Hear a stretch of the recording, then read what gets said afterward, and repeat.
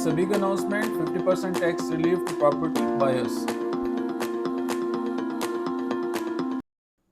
Welcome to Professionals Tax In. Imran Bright is here. Today we are talking about immovable property transactions in Federal Budget 2025 for tax year 26.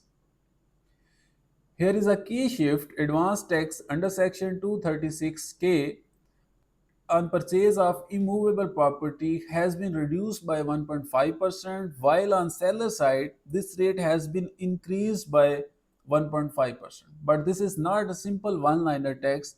It depends on property value and filer status.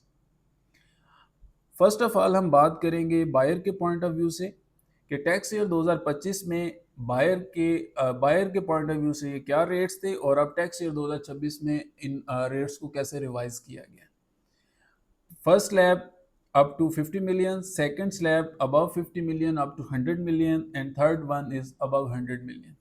Filer status के साथ first slab में tax year 2025 में ये rate था 3%, जबकि tax year 2026 में नए budget के मुताबिक ये रेट कर दिया गया 1.5% और straightforward 50% tax relief buyer को शिफ्ट किया गया. सेकेंड स्लैब में ये रेट था 3.5%, जबकि टैक्स ईयर 2026 में इस टैक्स रेट को कर दिया गया है 2%.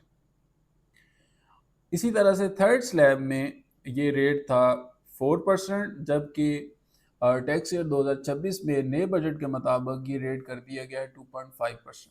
इस तरह से एक मेजर रिलीफ जो है वो परचेजर साइड पे दिया गया है और ये tax relief as a burden seller side पे शिफ्ट किया गया. अब हम यही रेट्स इन तीन स्लैब्स में फाइलर स्टेटस के साथ सेलर के पॉइंट ऑफ व्यू से बात करते हैं कि ये रेट्स किस तरह से 1.5% से इंक्रीज हुए. तो टैक्स ईयर 2025 में फर्स्ट स्लैब में जो कि अप टू 50 मिलियन ये रेट था 3%. उस टैक्स ईयर 2026 में नए बजट के मुताबिक इस रेट को कर दिया गया है 4.5%. सेकेंड स्लैब में ये रेट था 3.5%, जबकि उस रेट को इंक्रीज करके कर दिया गया है 5% इन टैक्स ईयर 2026 नए बजट के मुताबिक. इसी तरह से थर्ड स्लैब में ये रेट था 4%, जबकि टैक्स ईयर 2026 में नए बजट के मुताबिक ये रेट कर दिया गया है 5.5%.